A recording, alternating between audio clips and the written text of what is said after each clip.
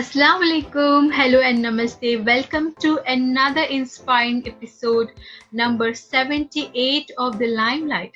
I'm your host Fareen here, and today on the hot seat we have a gorgeous personality. She is a mommy of a little baby girl, and recently she has started her own YouTube channel, Undiluted Diaries. So, listeners, please welcome our guest, Huda Khan. Assalamu alaikum, Huda. How are you doing today? Walaikum assalam. I'm doing very well. Thank you. Jazakallah. It's a pleasure to have you on my podcast. Oh, thank you so much. Thank you so much for approaching as well, my dear. Really means a lot, at this point of time for me, where I am starting something for myself and also definitely for my audience. And, this type of stage for me really means a lot. It does give me a lot of exposure as well. So I should thank you. You're welcome, dear, not a problem. And I wish you all the best for your venture. Thank you. Thank you. Thank you so much. Jazakallah. It means a lot. You're welcome. So, before we talk about your venture and your new YouTube channel, I want Yes. you to tell our listeners about yourself. My name is Huda, and I was born and brought up in UAE. I have done my schooling, my university, my college, everything from here. And I was a working personnel for the past 12 years. And for the past 2 years now, I am complete new mother. I'm completely a homemaker now, looking after my daughter. She's now 1.5 years old. So, yeah, that's me. Lovely. And I pray that Allah blesses you and your family with all the health and happiness in life. Amin. Oh, Jazakallah khair. Same to you. Same to you. May Allah bless you and your whole family as well with the best and the best. Ameen. Amin. Amin. Huda, can you now tell me what was postpartum depression like for you? Oh, sure, sure. See, one of the reason, Faheen, I wanted to come on this podcast as well was it's not just me that I have to share my story with you, but I really wanted someone to who is going through this can Mhm. feel that they're not alone. Can say around 85% of new mothers nowadays are facing this. Honestly, they don't realize it in the beginning, just like me, but it is happening. So for me, my postpartum depression was basically it started like I think so. I will say before even I delivered my daughter. First of all, let me be very honest with you on this part. For me, the thought of sharing my own time, that having a new responsibility, having that less of me time with myself, less of our time with my partner, those questions they started coming in my mind before I delivered. First of all, let me just tell you one thing. There are two things. There are like baby blues, and then there is postpartum depression. Both have common symptoms in the beginning itself. So, in the beginning, you might feel more tearful, you might feel overwhelmed, emotionally fragile. If you become sleep deprived, and then you're like, you don't have any idea where you're going when your baby is crying. You don't know why they're crying. So, initially, these baby blues, I thought they were the baby blues, but with time, it increased. The time, for example, after 2, 3 weeks, I started getting anxiety. I started getting panic attacks. And I started becoming like I'm not able to make people understand that I feel, even though they are there with me, but I feel isolated. I feel alone. Alhamdulillah, I did not went to that extent of societal tendency and all, but I wanted to hurt myself because it was not under my control, right? And I was like, what am I supposed to do? And for me at that point of time, I wanted my mother to be there for me, for 24/7. Due to certain reasons, she wasn't able to do that. And it was as if, like, my relationship with my husband was also a little bit, I can say, not at the best point at all. I can't blame him because even he was a new father at that point of time who was trying to help me a lot into understanding or that this is parenthood and this is something that we are going to this is going to be there, we have to stay strong together. Even though when he used to say those things, it never used to make me feel completely 100% fine from inside. because at that point of time I was withdrawing from my partner. I was unable to bond with my baby. It took me months to have a bond with my daughter. In the beginning, I was like, okay, fine. I am going to give her everything that she wants from me. But still, the bond was not there. I could not bond with my daughter. And I was questioning myself that what is happening with me? Because of that, also, I was having anxiety that I am supposed to have that motherly love. I'm supposed to have that motherly nature from the time I have my baby in my arms. But it wasn't like that at all. I mean, these kind of thoughts did prevent me from sleeping properly. Even when my daughter used to sleep, I wanted to sleep at that point of time, but my mind was constantly thinking, what is going on? Is it really what I want? I mean, I started questioning myself, even though I have my daughter in front of me, and I was like, what is going on in this world? That's it. Now I'm not going to have a good time for myself. It's all going to be that, oh, did she eat properly? Did she sleep properly? Did she took a bath? Oh, it's time for her lunch. It's time for her feed. Many things. For me to accept that now I am a mother took me around, I think so, 4 to 5 months. When you go into depression, even small thing will make you feel unworthy, will make you feel that you have done the worst, even though at that point of time you have the blessings going around in front of you. My blessings of having my husband as the strongest pillar in my house for making me feel comfortable. Second, my mother-in-law. I was like, at the beginning I was like, no, I need my mom, I need my mom, but I was not seeing the blessings that my God has sent my mother-in-law as my mother to support me, which she did.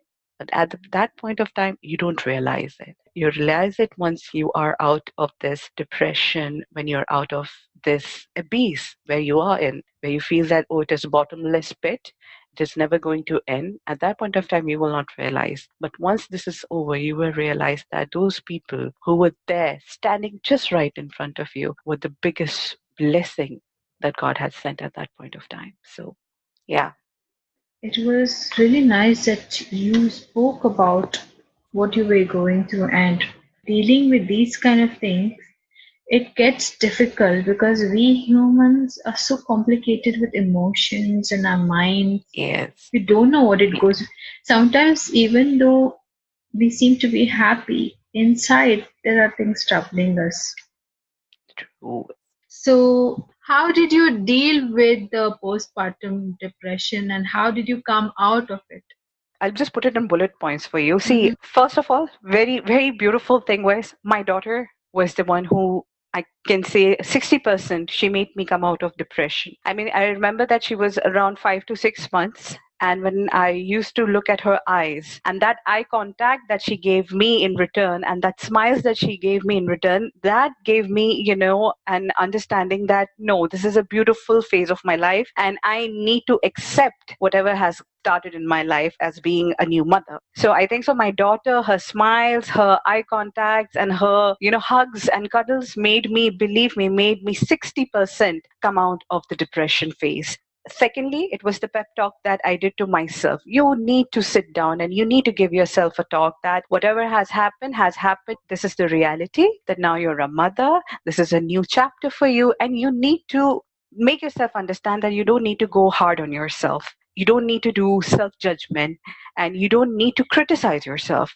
Just focus on now that how you can groom yourself as a mother and how can you increase your bond with your daughter and how can you also groom yourself as an individual as well. It's very easy to say, but it is very difficult to do. But step by step, with small different kind of talks that you do to yourself makes a lot of difference. Third thing, we forget that those people who has been there with us during our postpartum depression phase, those people who were standing with us, those people who were there to lift our spirits up, we couldn't appreciate them at that point of time, but slowly you need to realize that those people were always there for you, so you need to appreciate and you need to at least go and give a hug to them and tell them that what, I've been through this and you have been there with me. Little gestures of kindness makes a lot of difference in your own depression. What I mean is to reduce your depression, Gratitude, being thankful makes a lot of difference. And fourth thing is stay in present. Stay in present. Don't think about future. Oh my God, what is going to happen? Where will I be after 5 years? Where am I going to stand? Just stop thinking about the future. Be in the present, and time heals everything. This is what I have understood. Surrender yourself to the mighty, and things will take place. Don't be hard on yourself. How I came out of the depression, these were the small things that I did. Initially, you will not find anything. You will not think positive. You will find negativity everywhere. In every single thing, you will find negativity. But small steps eventually will make you come to a point where you will be at harmony with yourself, with your mental health, with your physical health, and with the family around you. So these were the small things that helped me, to overcome depression. Wow, those were lovely points. And bravo, Huda, for taking that stand and doing it for Thank you. yourself. Thank you so much for that. So, now what really inspired you to start a YouTube channel? So YouTube channel, I always wanted to start it, and I was procrastinating about starting a YouTube channel since 2014. It happened just recently in Okay. 2020, and not even 2020, actually in 2019 I started it. I did Mhm. add 2 videos and then I left it because Oh, of my work, and of course having a daughter. So juggling up with both things really did not make me go ahead with it. But once I left my job, I was like, okay, fine, that's it, I have to do something. Quarantine and this global pandemic made me do it. That okay, that's it, you need to understand that, like, you're not going anywhere, you're not doing anything, you're cleaning your house, you're doing everything, but what are you doing for yourself? And I was right. like, that no, that's something that always wanted to do, and I have started it. And now it's been around 2 months to 3 months that I have become a little bit frequent in posting my videos. My main motto is basically just to entertain, and I hope they get entertained with the food blogs and the travel blogs that I have. For the first time when I came into, on the YouTube video, I think Mhm. so, I was robotic, just being like a proper news anchor, showing that, yeah, this is my vacuum cleaner and all. But then with the time, in your own pace, you are like, okay, fine, I am able to be a little bit more free, try to play in front of camera. And now I have become a little, I won't say completely, but I will say around 50%, I have started becoming a little more comfortable coming in front of camera. Okay. And it's like once you start doing this thing, the thing that you know that you're going to do well, the universe, it starts giving you the signs. It starts giving you, the opportunity. I, as a beginner in the world of YouTube, I had no idea that there is some Farheen Taj who does podcasts, and she is inviting people for her podcast. And I'm like, what is going on? So, once you start moving ahead Yeah. to the right passion, universe starts bringing up, opportunities for you. And you are one of my opportunities. So thank you so much. You're welcome. That's really nice to know. No, no, you are making a lot of difference for many people. And I think so that is really, really very much appreciated, because I have seen so wonderful platforms coming on your podcast. It's beautiful, and you're doing a marvelous job, mashallah. Oh, thank you, and do pray for me. Yes, yes, for sure, inshallah. Okay. Now, after all these serious questions, I have a fun Hmm. segment for you. Okay. It is called the rapid fire round, and I have three questions. I always wanted to be in Coffee with Karan. Do you know that? Just for this rapid fire round. Yeah, you're getting it now. Yes. So, the Yes, yes. rules are when I Yes. ask you the questions, you can answer in one word or a sentence, okay? Sure. Okay. What is that one thing you have in your bucket list? Oh, for sure. Like traveling to Switzerland. Yes, for sure. A beautiful place.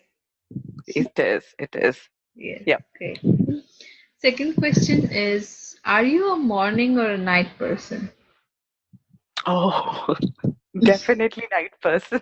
Okay, Definitely night person. good, good. Okay, my last question is, who is your favorite superhero? Oh. Superhero. Yeah, I won't say favorite, but I really like Thor. Thor. Thor. Yeah, Mm, yeah, definitely Thor. Yeah, I don't know why. cool. Maybe I like Chris Hemsworth. Okay, okay. That was the end of the rapid fire round, and your answers were really amazing. I don't have a Thank you so. hamper, but No someday problem. I will send it to you. For me, Farheen, this whole session is a hamper. You don't need to give me anything. This whole session is my hamper. Oh, oh my So thank you. God. Jazakallah. Seriously, Jazakallah. Not a problem. Means a lot. So now we have reached the last segment of a show where we ask your advice for our listeners. See, in Urdu, we have this phrase, कि ये वक्त नहीं रहेगा. Keep this sentence in your mind. Hold on to it. Why hold on to this? Is because, whenever there is any bad time, this sentence will definitely make you feel that okay, this shall too pass. And whatever is happening at the moment in the world, it is all temporary. It is all temporary because after this, something very beautiful is going to emerge for you. Beautiful opportunities will be emerging for you, and beautiful life is going to come for you ahead. So this is not something to, at the moment, I know there will be so many people losing jobs at this point of time, and me saying this may not be enough for them, but this shall too pass. Soon they will be getting jobs. Soon there will be times where they were having their own good times with their family by going outside. Everything will be taking place. But at the moment, I really feel that Earth is going through major, major cleansing process, which is required for Mother Earth as well. Because see, when we as a people, when we have in our own body, we have lots of stagnant, malignant energies or emotions, what we do, we go into isolation, we go into meditation, or we go into detoxifying our body. Same thing is what Mother Earth is doing for herself. She is cleansing herself. So at this point of time, if this pandemic has hit, it has also done a beautiful, majorly effects on Mother Earth as well. We are having now clean air, we are having clean water. Animals are going to the places where they are supposed to be, not just confined to the forest or any place. Look at the bigger picture. We staying with our family, we staying with our kids, spending time. This is the blessing in disguise. Well, I really loved your advice, and Huda, I should thank you so much for taking time and doing this Oh, interview with me. thank you so All the much for best him. for your venture and YouTube Thank channel, you. dear. Thank you. Thank you. Thank you. Okay, listeners, if you like this episode, please click on the like button of the Limelight page, and also I will be giving you Huda's YouTube channel details. Do check it out. Thank you for listening, and Allah Hafiz.